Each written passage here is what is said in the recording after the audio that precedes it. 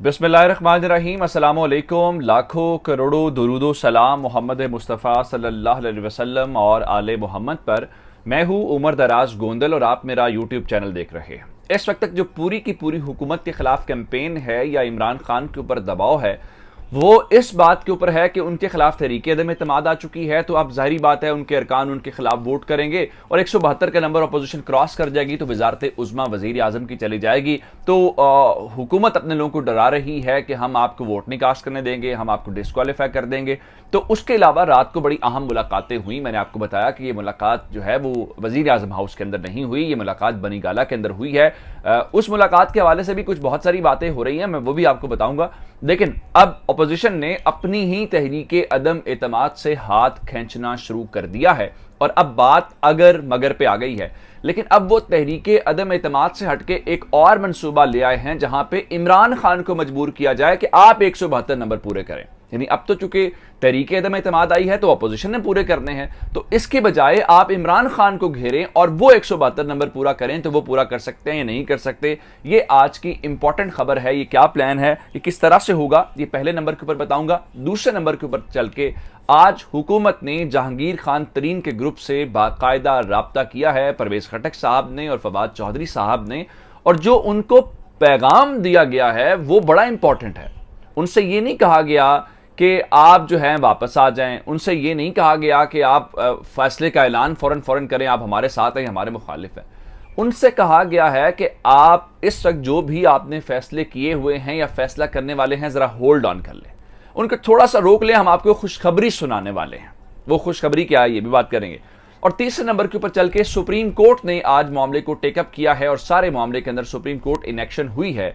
और अब वहां से सुप्रीम कोर्ट से क्या इत्तलात आई हैं वो तमाम डिटेल्स आपके सामने रखेंगे। लेकिन अगर आपने अभी तक चैनल सब्सक्राइब नहीं किया और आप चाहते हैं कि आपको मुस्तनद और बर वक्त खबरें मिलती रहें तो हमारा चैनल सब्सक्राइब कर लीजिए, बेल आइकन के ऊपर क्लिक कर लीजिए ताकि हमारी आइंदा आने वाली वीडियोज़ बर वक्त आप तक पहुंचते रहे। जनाब, असल कहानी है तहरीके अदम एतमाद की और सवाल है 172 अरकान का। अपोजिशन कहती है कि हम हुकूमत के लोग तोड़ के इस सिलसिले में जो है वो अपना नंबर पूरा करेंगे। हुकूमत ने, मैंने आपको बताया था कि अब आज की तारीख के बाद 9 दिन हैं और मैंने आपको ओवरऑल बताया था कि जब इन्होंने अरकान को सामने लेके आए उस दिन से 11 यानी 17 को ये लेके आए तो 11 दिन बनते थे। मैंने आपको कहा था कि गवर्नमेंट को इन्होंने एक इख्तियार दे दिया है इन अरकान को डीसिट करवाने का। उन्होंने तमाम अरकान को शो कॉज नोटिस सर्व कर दिया है बतौर जमात तहरीक इंसाफ ने और कहा है कि 7 रोज के अंदर अपनी पोजीशन वाजे करें, माफी मांगें, वापस आएं, अदरवाइज हम आपको डीसीट करवा देंगे। ये काम हो गया। लेकिन अब जो रात को मुलाकातें हुई हैं उन मुलाकातों के नताइज सामने आना शुरू हो गए हैं। जो हुकूमत थोड़ी सी आज बेहतर पोजीशन में आज अपनी जो शॉट्स है वो खेलना शुरू हो गई है। बहुत सारे लोग कह रहे थे, ट्विटर के ऊपर लिख रहे हैं, सहाफती हलकों के अंदर कह रहे हैं कि जी इमरान खान ने कल मिलिट्री लीडरशिप से मदद मांगी है और मिलिट्री लीडरशिप ने इमरान खान को मदद देने से इनकार कर दिया है। अब असल बात यह है कि अगर इमरान खान ने मिलिट्री लीडरशिप से मदद मांगी है तो फिर होना तो यह चाहिए था कि इमरान खान जीएचक्यू जाते या इमरान खान किसी ऐसी जगह पे मुलाकात करते, डीजी आईएसआई के घर जाते या आईएसआई हेडक्वार्टर जाते जहां पे ये सारी बातें होती। लेकिन अगर मुलाकात इमरान खान के वजीर आजम हाउस के अंदर भी नहीं हो रही, यानी प्राइम मिनिस्टर ऑफिस के अंदर भी नहीं हो रही, इमरान खान की जाती रिहायश गाह के ऊपर हो रही है, तो इससे आप अंदाजा लगाएं कि प्राइम मिनिस्टर के पास मिलिट्री लीडरशिप आई है या प्राइम मिनिस्टर मिलिट्री लीडरशिप के पास गए हैं। यह है असल इंपॉर्टेंट नुकता। लेकिन उसके कुछ नताइज सामने आ गए। अब ये सारी की सारी एक परसेप्शन जो गेम है ना वो खेली जा रही है। हर कोई परसेप्शन ये बना रहा है कि हम कामयाब हो रहे हैं, ये हो गया वो हो गया।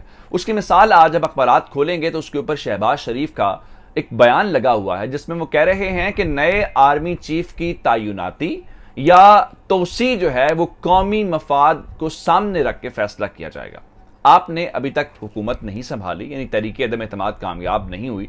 अगर बिलफर्ज कामयाब हो भी जाती है तो मार्च में आप हुकूमत संभालेंगे, नवंबर के अंदर नए आर्मी चीफ की अपॉइंटमेंट होनी है, तो आप अभी से मार्केट में पत्ता क्यों फेंक रहे हैं? तो ये है वो परसेप्शन, ये है वो मार्केट के अंदर तकसीम करने वाली बातें और उम्मीदें दिलाने वाली बातें।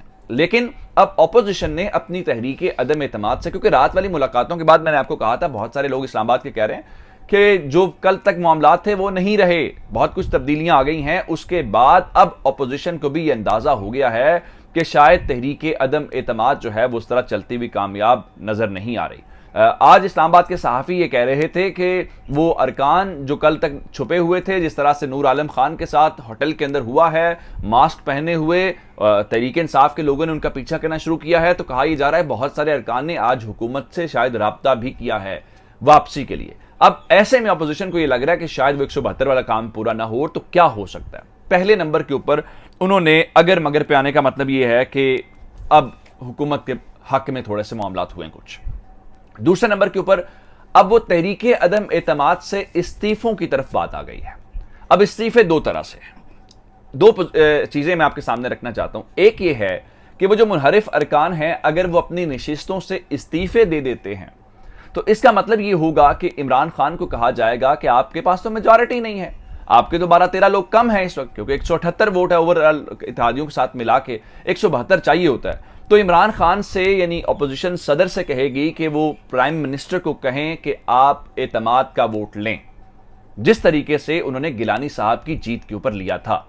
दूसरी सूरत में अगर तहरीक इंसाफ अपने लोगों को डिस्क्वालीफाई कराती है, एक लंबा चौड़ा प्रोसेस है, लेकिन अगर स्पीकर जल्दी जल्दी भी इस प्रोसेस को कंप्लीट करते हैं तो इन 12-13 अरकान को अगर आप डी सीट भी कर देते हैं तो इसका मतलब है फिर भी 12-13 लोग आपसे कम हो जाएंगे, फिर भी आपको कहा जाएगा कि आप एतमाद का वोट लें और अब आपकी बारी होगी 172 नंबर पूरा करना और ये ऐवान के अंदर अपनी मेजॉरिटी साबित करना। तीसरा ऑप्शन उनके पास इस वक्त ये है जो वो मार्केट में लेके आए हैं कि काफ लीग और एमकेएम से ये ऐलान करवाया जाए कि वो अपोजिशन कैंप के अंदर जा रहे हैं और वो इमरान खान को ज्वाइन नहीं करेंगे, इमरान खान को वोट नहीं देंगे, तो वो इत्तेहादियों के वोट भी टूट जाएंगे। तो इस सूरत में भी सदर को कहा जाए कि प्राइम मिनिस्टर के पास हाउस के अंदर मेजॉरिटी नहीं है, इसलिए आप उनको पाबंद करें कि वो एतमाद का वोट लें। तो अब ये वो प्लान बी है जो अपोजिशन लेके आई है। लेकिन जो हुकूमत के हल्के इस वक्त चीजें कर रहे हैं वो इससे बिल्कुल अलग हैं। वो जो मैंने आपको कहा कि रात को मुलाकातें हुई हैं, उन मुलाकातों के पॉजिटिव इंपैक्ट्स की तरफ जा रहे हैं। जहांगीर खान तरीन ग्रुप जो है, जहांगीर तरीन से कल गवर्नर इमरान इस्माइल ने कांटेक्ट करने की कोशिश की, राब्ता नहीं हो सका जी।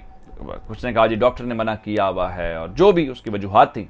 उसके बाद जो मुलाकात हुई रात को प्राइम मिनिस्टर की अपनी वफाकी वज़रा के साथ जो क्लोज एलाइज हैं उनके, तो उन्होंने फवाद चौधरी को और परवेज खटक को यह टास्क दिया कि तरीन ग्रुप से कांटेक्ट करें। और फिर रात की मुलाकात के बाद आज सुबह सवेरे का यह राब्ता बहुत मानी रखता था, तो उन्होंने राब्ता किया है और उनसे सिर्फ इतना कहा है कि आप कोई इंतहाई कदम ना उठाएं, जिसका मतलब यह है कि आपने जो भी फैसला लिया है, ये नहीं कहा गया कि आप ऐलान करें कि आप इमरान खान के हक में हैं। आपने जो भी इस वक्त फैसला कर लिया है उस फैसले को जरा रोक लें, थोड़ा इंतजार कर लें। उनको कहा यह गया है कि हम आपको खुशखबरी सुनाने वाले हैं। अब वो खुशखबरी क्या हो सकती है? वो खुशखबरी यही होती है कि आपके मामलात हल हो गए हैं, शायद मुनहरिफ अरकान की वापसी भी हो, ये सारा कुछ हो। तो इसका मतलब ये है कि गवर्नमेंट जो है वो आज इस सिलसिले में अपने लोगों को ये जेस्चर दे रही है कि रात की मुलाकात के बाद तब्दीलियां आ गई हैं, दोनों तरफ तब्दीलियां आ गई हैं, तो अब थोड़ा सब्र व तहम्मुल से काम लें।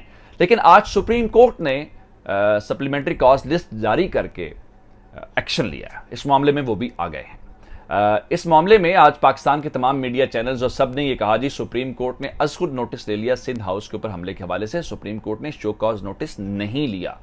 जो सुप्रीम कोर्ट बार की दरखास्त थी जिसमें कहा गया था कि वोटिंग स्मूथली होनी चाहिए, अदम एतमाद के ऊपर और अमन अमान बरकरार रहना चाहिए, कोई सियासी तसादुम नहीं होना चाहिए, उसकी आज उन्होंने इस सिलसिले में क्या किया कि समाअत की। जस्टिस उमर अता बंदियाल साहब 2 रुकनी बेंच के अंदर शामिल थे और उन्होंने क्या वहां पे सिंध हाउस पर हमले के हवाले से तस्करा हुआ है और उसके बाद सिंध हाउस हमले के तनाजुर में तमाम सियासी जमातों, काफ लीग भी जिसमें तहरीक इंसाफ शामिल है, नून लीग शामिल है, पीपल्स पार्टी शामिल है, उनको नोटिस जारी कर दिए गए हैं और इस वक्त समाअत जो है वो एडजर्न कर दी गई है टिल मंडे। तो अब सोमवार को समाअत दोबारा से होगी और आईजी इस्लामाबाद से रिपोर्ट तलब की गई है। लेकिन इंपॉर्टेंट बात यह है कि मंडे सिर्फ इस समाअत के हवाले से इंपॉर्टेंट नहीं होगा जो सुप्रीम कोर्ट ने आज खुद एडजर्न की है।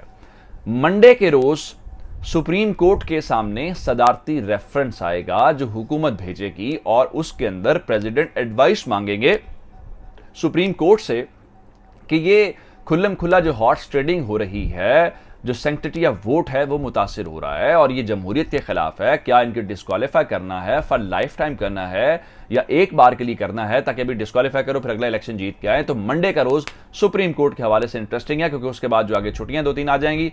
तो ये अब तक की अपडेट्स थी। चैनल सब्सक्राइब कीजिएगा। आपकी समातों का बहुत शुक्रिया। खुदा हाफिज।